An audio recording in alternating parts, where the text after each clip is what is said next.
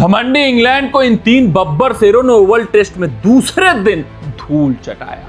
इन 3 के सहारे ऐतिहासिक जीत की तरफ ओवल टेस्ट में भारत। यार अगर मैं बात करूं दूसरे दिन की, तो ये सिर्फ और सिर्फ एक स्टोरी रही है रिमार्केबल कमबैक की। क्या जोरदार, क्या ऐतिहासिक और क्या अद्भुत कमबैक हमें देखने को मिला है। अगर मैं बात करूं तो भारतीय टीम लंच से पहले बहुत नाजुक स्थिति में थी, लेकिन लंच के दौरान क्या कुछ उनको सुनने को मिला होगा, क्या इंस्पिरेशनल लीडर हैं गौतम गंभीर, ये हमें पता चल गया।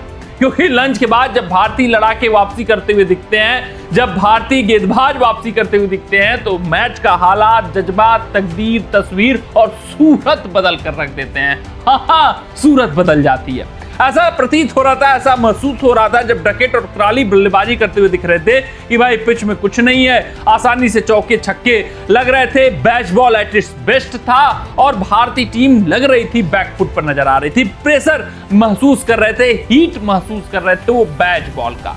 लेकिन गंभीर भाई साहब ये लंच के दौरान क्या कुछ घुट्टी पिलाकर भेजते हैं इन गेंदबाजों को कि पूरी तरीके से माहौल बदल जाता है। मोहम्मद सिराज, इस खिलाड़ी को सबसे पहले सलाम है, इनके जज्बे को सलाम है। क्या बेहतरीन अनमोल हीरा ये भारतीय टीम को मिला है। हाँ यार, आपके पास हो सकता है कोई ऐसा गेंदबाज जिसके पास एक्सेप्शनल टैलेंट हो, कोई ऐसा गेंदबाज जिसके पास एक्स्ट्रा पेस हो, कोई ऐसा गेंदबाज जिसकी हाइट एक्स्ट्रा हो तो बाउंस एक्स्ट्रा मिले।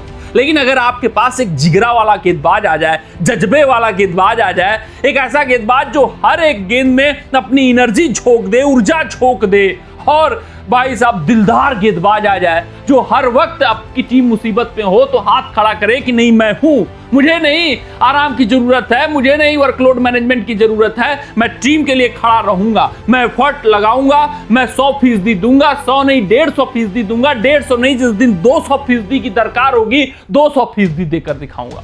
आज वही मोहम्मद सिराज ने किया है। अरे भूल जाइए कि मोहम्मद सिराज 4 विकेट लिए, अरे भूल जाइए कि मोहम्मद सिराज ने कमबैक कराया है, अरे भूल जाइए कि आज लीडिंग पेसर मोहम्मद सिराज थे तो उनका दायित्व था कि 4 विकेट लेना ही लेना है। लेकिन याद करिए सिर्फ और सिर्फ ये बात कि मोहम्मद सिराज ने 5वें टेस्ट मुकाबले में ऑन द ट्रॉट 9 ओवर की गेंदबाजी कर डाली है, उस समय जब हर एक गेंदबाजों का वर्कलोड मैनेजमेंट हो रहा है, उस श्रृंखला में जहां जॉश टंग, ब्रैडन कार्स जैसे युवा गेंदबाज वो वर्कलोड मैनेजमेंट के तहत बैठाए जा रहे हैं, उनको आराम दिया जा रहा है, उनको रेस्ट दिया जा रहा है। उस एरा में जहां जसप्रीत बुमराह 5 में से मात्र 3 मुकाबले खेल रहे हैं, क्यों? क्योंकि उनको वर्कलोड मैनेजमेंट की आवश्यकता है। लेकिन मोहम्मद सिराज भाई साहब क्या एटीट्यूड है इस बंदे का। जब लगा कि मुकाबले में भारतीय टीम पीछे है, जब लगा कि अब यहां पर कमबैक की जरूरत है, जब लगा कि अब नहीं तो फिर बहुत देर हो जाएगी, तब इस गेंदबाज ने ऑन द ट्रॉट 9 ओवर की गेंदबाजी की और रूट का, पोप का विकेट निकालकर भारतीय टीम का कमबैक कराया। उस 9 ओवरों के स्पेल में 3 विकेट निकाले थे मोहम्मद सिराज ने, अद्भुत था वो स्पेल। फिर उसके बाद भाई साहब हमारे दूसरे बब्बर से, इनका नाम है प्रसिद्ध कृष्णा, और आज वो गिल का स्टेटमेंट पहले टेस्ट मुकाबले का कि जब मोहम्मद और कृष्णा एक साथ गेंदबाजी करें तो फिर क्या ही डरना, फिर तो भाई साहब तहलका और सुनामी ही आएगी। और वही देखने को मिला, सिराज और प्रसिद्ध कृष्णा एक साथ, मोहम्मद और कृष्णा भारतीय टीम को रिप्रेजेंट कर रहे हैं। यही तो भारतीय देश की खूबसूरती है। 4 विकेट कृष्णा के नाम रहता है, 4 विकेट सिराज के नाम रहता है। जो प्रेशर सिराज ने बनाया था उस प्रेशर को बेहतरीन तरीके से बरकरार रखा कृष्णा ने। दूसरे छोर से ये भी विकेट लेते गए, खासकर ठीक टी से पहले एक ही ओवर में जो 2 विकेट निकाला प्रसिद्ध कृष्णा ने, जेमी स्मिथ का खासकर विकेट, उसने पूरी तरीके से भारतीय टीम को एज दे दिया। उसने पूरी तरीके से भारतीय टीम का जो कमबैक था उस पर मोहर लगा दिया। उसने सिराज का जो हार्ड वर्क था भाई साहब उसकी वसूली कर डाली। तो प्रसिद्ध कृष्णा, अगर मैं बात करूं इनके स्पेल की, तो वहां पर जो जेमी ओवरटन और जेमी स्मिथ इन दोनों का विकेट निकालते हैं, उससे मोमेंटम भारत की टीम में, भारत की तरफ पूरी तरीके से आ जाता है। फिर उसके बाद यहीं पर रुकते नहीं है, गस एटिक्सन का भी विकेट निकालकर पूरे तरीके से सील कर देते हैं मुकाबले को।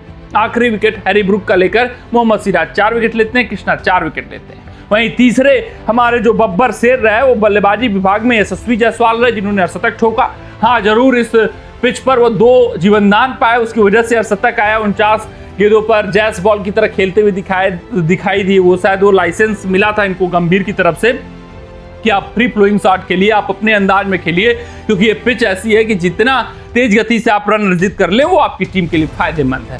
तो जायसवाल इस वक्त टिके हुए हैं, लक इनके साथ दिख रहा है, और अगर ये लक बेहतरीन हो जाए और जायसवाल शतक ठोक दे तो फिर इस पिच पर बहुत अनमोल शतक होगा और भारतीय टीम बहुत आगे मुकाबले में चली जाएगी। तो इन 3 के कारण इंग्लैंड का घमंड टूटता हुआ नजर आ रहा है। ओवल के मैदान पर अगर इंग्लिश टीम हारी तो फिर ये युवा लड़के 2-2 से बराबरी कर देंगे और इतिहास रचा जाएगा। 52 रनों से इस वक्त हाल फिलहाल दूसरे दिन की समाप्ति के बाद भारतीय टीम इंग्लैंड से आगे है। देखना दिलचस्प रहता है कि कल के दिन ये लीड को कितना भारतीय बल्लेबाज आगे बढ़ा पाते हैं, खासकर यशस्वी जायसवाल जो लक पाए हैं, जो किस्मत पाए हैं, वो कैसे कन्वर्ट कर पाएंगे इसको और बड़ी पारी में, शतक में, क्योंकि उनका बना रहना बहुत आवश्यक है इस पिच पर।